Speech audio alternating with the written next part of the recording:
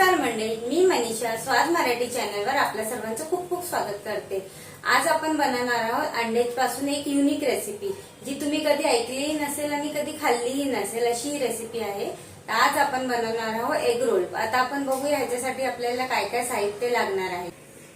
आजच्या आपल्या रेसिपीला लागणार साहित्य आहे, इथे मी 4 बटाटे उकडून थंड करून सोलून ठेवलेले आहेत। ब्रेड क्रम्स घेतलेले आहेत, इथे कॉर्नफ्लोअर घेतलेला आहे, चाट मसाला घेतलेला आहे, गरम मसाला घेतलेला आहे, जिरा पावडर घेतलेला आहे, धणे पावडर घेतले, मीठ घेतले, इथे मी कोथिंबीर घेतलेली आहे, पुदिना घेतलेला आहे, एक पाव घेतलेला आहे, हिरवी मिरची घेतलेली आहे, लसणाच्या 4 पाकळ्या घेतलेल्या आहे, आल्याचा छोटा एक तुकडा घेतलाय, लिंबू घेतले आणि 2 अंडी उकडून साल काढून त्याला 2 भागात कट करून घेतलेला आहे। आपण सर्वात आधी इथे मी एक मिक्सरचं भांडं घेतलेलं आहे।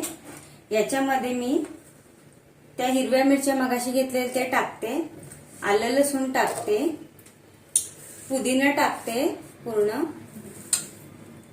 कोथिंबीर टाकते इथे।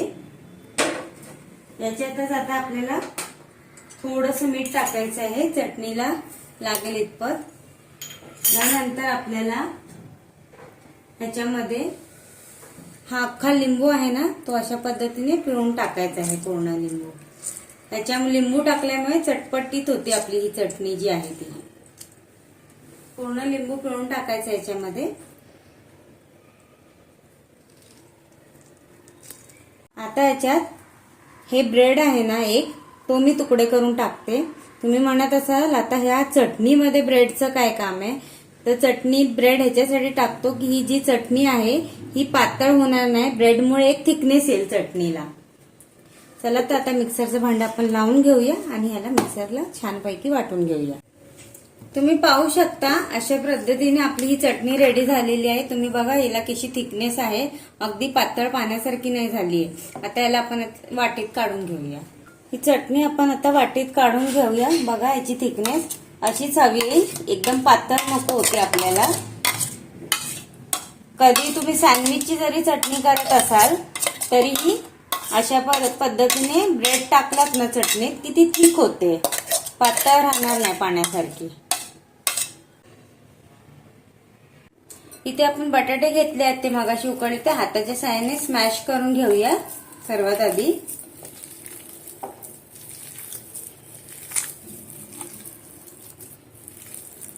तुम्ही पाहू शकता आपले बटाटे अशा पद्धतीने स्मॅश झालेले आहेत इथे। आता आपण ह्याच्यामध्ये चवीपुरतं मीठ टाकूया। त्याच्यानंतर आपण जे धणे पावडर, जिरे पावडर, गरम मसाला पावडर टाकलेला ना, घेतलेला ना, तो टाकायचा आहे याच्यात। एक एक करून सगळे मसाल्याने ह्याला छान टेस्ट येते।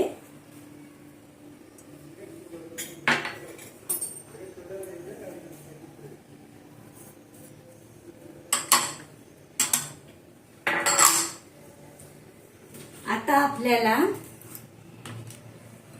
इथे पाणी घेतलेलं आहे एका वाडग्यात मी, आणि त्या पाण्यामध्ये हा पाव भिजत घातलाय अशा पद्धतीने। आणि हा भिजला की आपल्याला पूर्ण पाणी याचं काढून घ्यायचंय।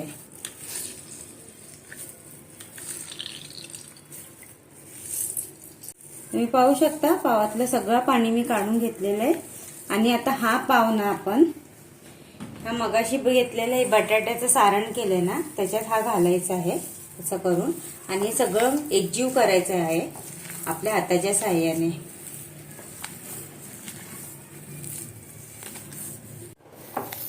ते बघू शकता तुम्ही हाताच्या साहाय्याने आपण कसं एकजीव करतोय, अशा पद्धतीने पूर्ण एकजीव व्हायला पाहिजे हे सगळं।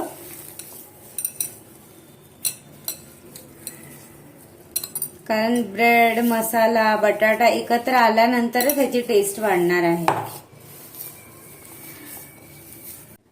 तुम्ही पाहू शकता हे सर्व जिन्नस आपल्याला एकजीव झालेले आहे। आता आपल्याला हा बटाटा अशा पद्धतीने घ्यायचा आहे थोडं करून, आणि आपण एक वाटीची पारी करतो ना, तशा पद्धतीने पारी करायची आहे। हे बघा, असं करून एक खोलगट वाटीसारखं करायचं आहे आपल्याला आणि ते बाजूला ठेवलेलं आहे. अशाच पद्धतीने दुसरीही वाटी मी करणार आहे. ही पण अशीच खोलगट तयार करायची आहे. आता आपल्याला या खोलगट वाटी जी तयार केली याच्यात चटणी लावायची आहे आतमध्ये. पाहू शकता मी आतमध्ये चटणी लावलेली आहे. आता याच्यामध्ये आपल्याला हे अंड ठेवायचं आहे आणि या अंड्यावरही थोडीशी चटणी लावायची आहे. आता ही जी दुसरी पारी केलेली आहे ती अशा पद्धतीने ह्याच्यावर ठेवायची आहे आणि हे पूर्ण अशा पद्धतीने बंद करायचं आहे. आपण सील पॅक करतो त्या पद्धतीने हे पूर्ण पॅक करायचं आहे. आतमध्ये अंड आणि चटणीची कोटिंग आहे आणि त्याच्यावर हे बटाट्याची कोटिंग आहे.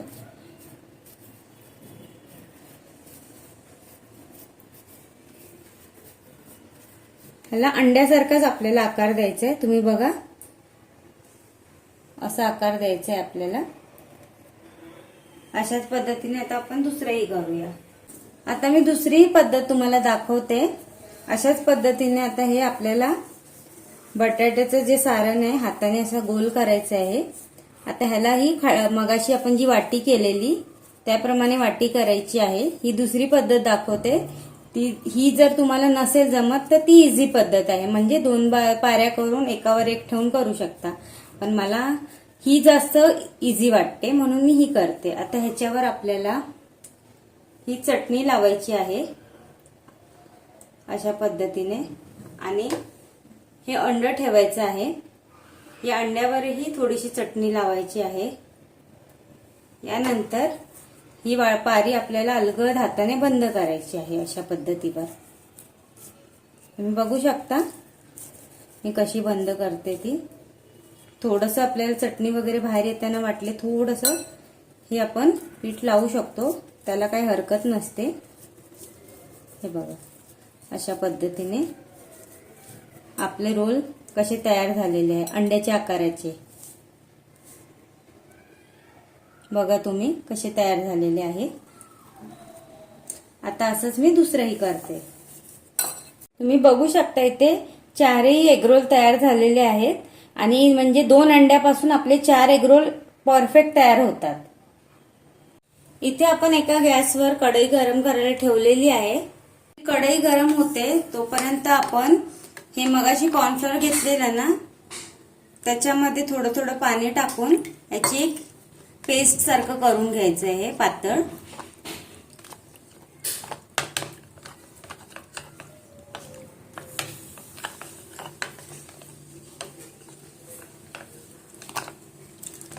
ही आता आपण ही कॉर्नफ्लोअरची स्लरी करून घेतलेली आहे.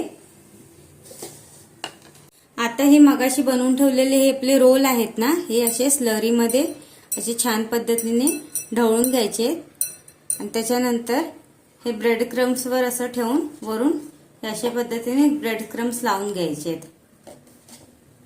त्याच्याने हे छान कुरकुरीत होतील. अजूनच बघून घ्या, अशा पद्धतीने आपल्याला हे सगळे करून घ्यायचे आहेत.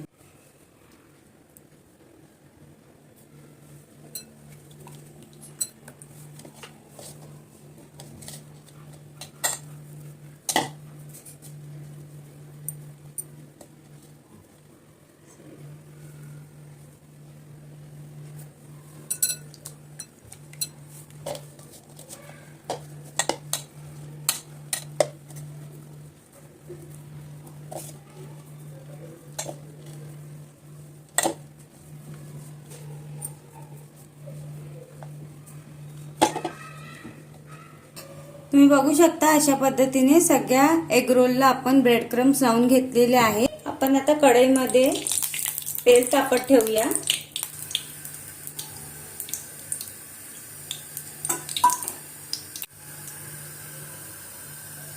तुम्ही बघू शकता इथे आपलं तेल तापलेलं आहे. आता आपल्याला या तेलामध्ये हा रोल टाकायचा आहे फ्राय करायला. अशा पद्धतीने अलगद हाताने आणि लो टू मीडियम फ्लेम ठेवायची आहे, जास्त फास्ट नाही ठेवायची, नाही तर करपू शकतात ते रोल आपण. हे लगेच तयार होतात, जास्त वेळ लागत नाही. बघा एक साईड झाली पण लगेच.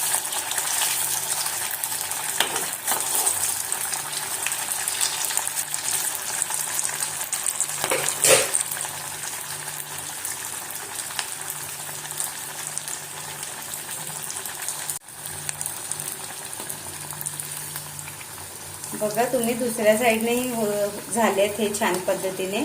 आता हे लगेच काढून घ्यायचे. ह्याला खूपसा वेळ लागत नाही, अगदी 1 ते 2 मिनिटात हे तळून होतात. आता हे काढून घेऊया एका प्लेटमध्ये आपण. या प्लेटमध्ये काढूया साईडला. आणि आता आपण हा दुसरा रोलही त्याच्यात टाकूया.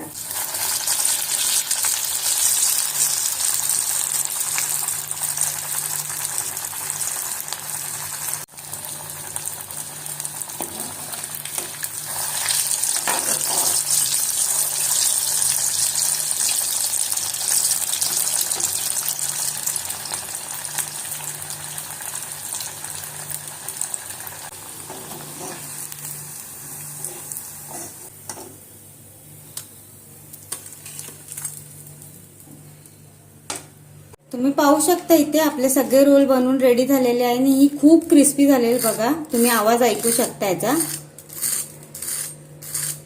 इतपत ते क्रिस्पी झालेले आहेत. आता हे रोल ना आपल्याला मधून अशा पद्धतीने कट करून घ्यायचे. बघा तुम्ही, आपण सगळे रोल असेच कट करून घेऊया.